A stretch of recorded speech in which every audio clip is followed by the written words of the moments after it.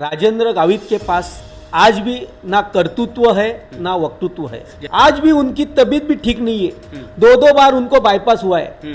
अभी 10 मिनट का भाषण वो एक घंटा खींच के लेता है। उनको आराम करना चाहिए और अगर उनको आराम नहीं करना है तो पालघर लोकसभा के जो मतदार है वो उनको इस बार आराम करने के लिए देंगे। जो आज भी आदिवासियों के अनेक प्रश्न है, वाड़ा, विक्रमगढ़, मोखाड़ा, जवार, उधर आज भी पानी की समस्या वैसी की वैसी है। आज भी हमारे जो पश्चिम पट्टे के जो 29 गांव है वो 29 गांव महानगर पालिका से वो बाहर नहीं निकल सकते थे। जाने दो, राजेंद्र गावित किसी का फोन भी नहीं उठाता है, नहीं है, वो एक सांसद है, खोखे वाला सांसद है। नमस्कार, मैं सचिन दीक्षित एक बार फिर से आप सभी के सामने हाजिर हूं। लोकसभा चुनाव का मैदान पूरी तरह तैयार हो चुका है। तारीखों का ऐलान चुनाव आयोग ने कल दिल्ली में बैठकर कर दिया। उसकी हनक और उसकी सनक पालघर जिले तक इसलिए पहुंच गई क्योंकि पालघर लोकसभा क्षेत्र में भी अब पूरी तरह तैयारी शुरू हो चुकी है। कल टीवी में बैठे सभी लोग सोच रहे थे कि अब उम्मीदवार कब घोषित होगा। तारीख तो आ चुका है क्योंकि अभी ना बहुजन विकास अघाड़ी ने अपने पत्ते खोले हैं, ना भारतीय जनता पार्टी और शिवसेना की महायुति। संभावित उम्मीदवार के रूप में कई सारे लोगों के नाम चल रहे हैं। इस बीच में वर्तमान सांसद जो वर्तमान में हैं उन पर हम चर्चा करने के लिए बैठे हैं कि उनके कामकाज कैसे रहे, 5 साल में कितने लोगों से मुलाकात की, कैसे की। एक सामान्य व्यक्ति की तरह उन्होंने मुझसे बातचीत में सबसे पहले कहा कि उनकी पार्टी के रूप में, वो प्रवक्ता के रूप में कुछ नहीं बोलेंगे, लेकिन एक सामान्य नागरिक के रूप में अगर आप मुझसे पूछेंगे, सवाल करेंगे तो मैं उत्तर देने के लिए तैयार हूँ। प्रफुल्ल ठाकुर, जिसका नाम आप सभी लोग जानते होंगे, वसई तालुका के लोग अच्छी तरह उनसे परिचित होंगे। मनसे पार्टी में कार्यरत हैं, तालुका के अध्यक्ष हैं, लेकिन हमारी बातचीत के समय उन्होंने कहा इस पद के आपद पे तो हूँ लेकिन सामान्य नागरिक के रूप में बात करूँगा। 2007 से लेकर अभी तक कई बार इलेक्शन लड़ चुके हैं, लगातार काम करते रहे। राजेंद्र गावित पर आइए हम सीधे बात करते हैं। सबसे पहले आपको नमस्कार। नमस्कार प्रफुल्ल जी, हर इलेक्शन में आपकी भूमिका पर कई सारे सवाल भी रहते हैं, कई बार देखा भी जाता है। सीधे सवाल करता हूं, वर्तमान सांसद 5 साल में ठीक से काम किया या नहीं किया? आपको लगता है राजेंद्र गावित पुनः खासदार बनना चाहिए, और बनना चाहिए तो क्या काम किया है, किसके आधार पर बनना चाहिए?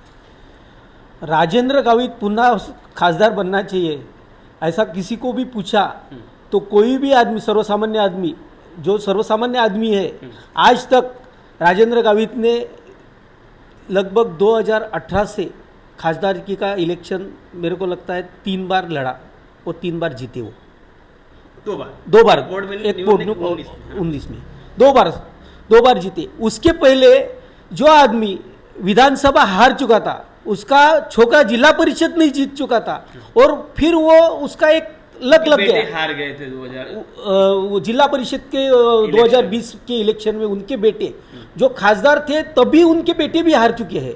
तो अभी उनको कौन से हिसाब से पार्टी फिर से उनको टिकट दे रहे? देखिए, हार गए, चलो लोगों ने वोट नहीं दिया, लेकिन उन्होंने काम किया ना। वो तो कहते हैं मैं सामान्य व्यक्ति के पास बैठने वाला, उठने वाला, बिना पार्टी को देखे, बिना व्यक्ति को देखे, जात धर्म के ऊपर उठकर सामान्य आदमी से मिलने वाला खासदार हूँ। एक वीडियो भी उन्होंने जारी किया और इस तरह मैं काम करता हूँ, तो उनको तो वोट देना। देखो, राजेंद्र गावित के पास आज भी ना कर्तृत्व है ना वक्तृत्व है। जैसे आज भी उनकी तबीयत भी ठीक नहीं है। 2 बार उनको बाईपास हुआ है। अभी 10 मिनट का भाषण वो एक घंटा खींच के लेता है, बराबर।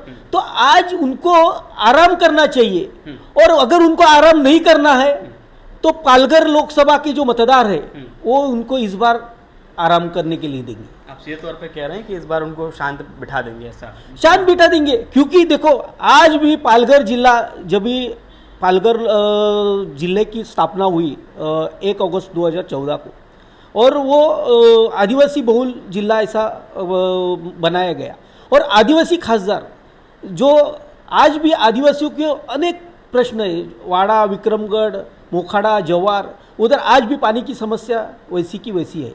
आज भी उधर सड़क नहीं है, आज भी उधर शिक्षण व्यवस्था बराबर नहीं है, आरोग्य व्यवस्था तो पूरी वाट लग गई है। आज भी हमारे जो पश्चिम पट्टे के जो 29 गांव है वो 29 गांव महानगर पालिका से वो बाहर नहीं निकल सकते थे। आज उनके पास वो खासदार थे, उन्होंने 2018 में देवेंद्र फडणवीस के साथ वर्षा बंगले पे विवेक पंडित को लेकर जन आंदोलन समिति की एक बैठक बुलाई थी और उस समय कहा था कि मैं खासदार हो गया तो ये 29 गांव उस समय निकाल लूंगा। वो अमित शाह और मोदी जी को कह नहीं सकते थे कि एक गांव का मामला जो है वो गांव बाहर निकालो।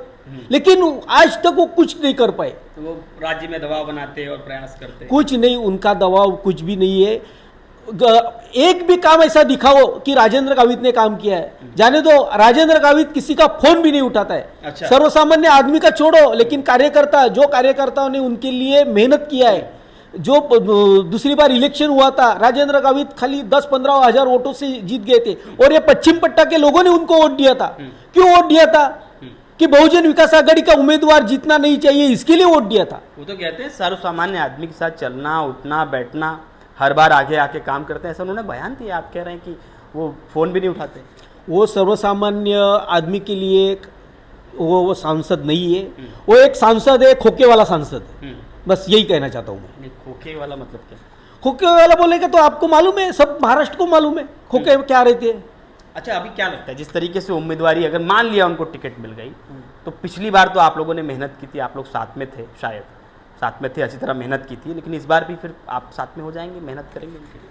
नहीं, देखो, मेरा तो एक प्रांजल उनको कहना है कि उन्होंने खड़ा रहना नहीं चाहिए, और उनकी पार्टी उनको टिकट देता है तो वो भी नहीं देना चाहिए, क्योंकि वो खड़े रहते हैं तो कितनी भी लाट वो बोलते हैं 400 पार, लेकिन पालघर लोकसभा में फिर उनका उम्मीदवार जीतने वाला नहीं है। क्या लगता है, जिस तरीके से जिले का माहौल है, कहा जाता है कि उनके पास उनका खुद का वोट बैंक है, राजेंद्र गावित के पास आदिवासी समाज से लेकर तमाम लोग उनको पसंद करते हैं, ऐसा कहा जाता है। तो जो उनका खुद का वोट बैंक है, और फिर बेस वोट मिल जाएगा अगर महायुति के उम्मीदवार हो जाते हैं, तो कहीं ना कहीं वो निकलने के चांसेस हो जाते हैं। तो इस पर क्या लगता नहीं जीत सकते हैं वो? अगर आप चाहे साथ दें न दें, कोई और साथ देगा और निकल जाएंगे। देखो, उनको कौन साथ देगा? जो आदमी 2014 के विधानसभा के इलेक्शन में हार चुका था, उसके बाद में उन्होंने कांग्रेस पार्टी छोड़ के वो भारतीय जनता पार्टी में, फिर भारतीय जनता पार्टी से शिवसेना में, शिवसेना से अभी शिंदे गठ में। ऐसा जो आदमी जो मतलब गिरगिट बहुरूपी बोलते हैं जिसको, वो उसी तरफ से उसका रंग बदलता है हमेशा, और सर्वसामान्य पालघर की जनता ने हमेशा उसको रंग बदलते हुए ही देखा है। आज तक उन्होंने कभी पालघर जिले का विकास के लिए काम नहीं किया है तो खुद के विकास के लिए काम किया है। अभी भी उनका खुद का विकास हुआ है, आज तक कोई भी समस्या आज तक हल नहीं हुई है। पासपोर्ट का जो ऑफिस चालू हुआ था, आज भी वो पूरी तरह से चालू नहीं है। आज भी जो हाईवे, जो अहमदाबाद मुंबई अहमदाबाद हाईवे, उसकी दुर्दशा देखो आज भी। अभी इलेक्शन के तौर पे अभी थोड़ा सा काम चालू हुआ है। मतलब क्या है कि आज भी कोई भी काम उसने आज तक किया नहीं है। पानी की समस्या वैसी की वैसी, कितनी बार वसई विरार महानगर पालिका के लोगों के लिए कितनी बार नौटंकी का कार्यक्रम किया उसने। पानी मिला आज तक? अभी भी मिला है। पानी शुरू हुआ, जो 85 MLD पानी आने वाला था, मिला 185 नहीं मिला है, ठीक से सप्लाई नहीं हो पा रहा है, वो तो छोड़ दिया गया। लेकिन क्या फिर काम कर रहे राजेंद्र गावित? तो क्यों राजेंद्र गावित को वोट देना चाहिए लोगों ने? इतना आक्रोश तो जो भी आज तक राजेंद्र गावित ने कोई भी काम नहीं किया है पूरी तरह से, तो राजेंद्र गावित को मेरा तो कहना है कि पार्टी ने उसको टिकट देना नहीं चाहिए, और समझो टिकट दिया गलती से भी, तो जो भी पालघर मतदार जो है पालघर लोकसभा के, वो मतदार उनको घर बिठाएंगे। और आज का ये वीडियो देख के अभी समझो उनको बुद्धि में उसके कुछ आ गया, मन में आ गया कि चलो मैं ये चुनाव नहीं लड़ना चाहता, तो भगवान करे कि अच्छी लड़त हो जाएगी, नहीं तो फिर खत्म हो जाएगा। यहाँ हितेंद्र ठाकुर के उम्मीदवार आएगा आगे, और अगर गावित के नहीं आएगा तो कौन उनके सामने खड़ा होगा, किस तरह से लड़ाई होगी? क्या हमेशा हितेंद्र ठाकुर क्या खुदा है क्या इधर का? हितेंद्र ठाकुर करके उसके खिलाफ जो भी उम्मीदवार रहेगा उसको इधर की जनता अभी वो सब जो भी है ना वो कहना नहीं चाहती। इधर की लोग खाली विकास काम देखना चाहती है। जो विकास काम करेगी, जो निधि लाएगी, जो अच्छा काम करेगी, उसको ही जीत के दी, जो भी। ये थे प्रफुल्ल ठाकुर। इनका साफ तौर पे कहना है कि सामान्य व्यक्ति का काम करना, जो भी आगे आएगा उसके साथ इस बार जनता आगे आएगी। इनकी नाराजगी सीधे तौर पे इस वर्तमान सांसद पर है। उनका कहना है कि उन्होंने उस तरह काम नहीं किया जिस तरह से आम जनमानस की अपेक्षा थी। अब देखना यह होगा कि आने वाले समय में उम्मीदवारी जब घोषित होती है तो राजेंद्र गावित का नाम होता है या नहीं, किस दल से आते हैं, कहा जा रहा है भाजपा से भी आ सकते हैं, शिवसेना से भी आ सकते हैं, तमाम तरह की अटकलें हैं। इन सभी के बीच में, इस पूरे अखाड़े में आगे क्या कुछ होता है, ये सब कुछ देखने वाली बात।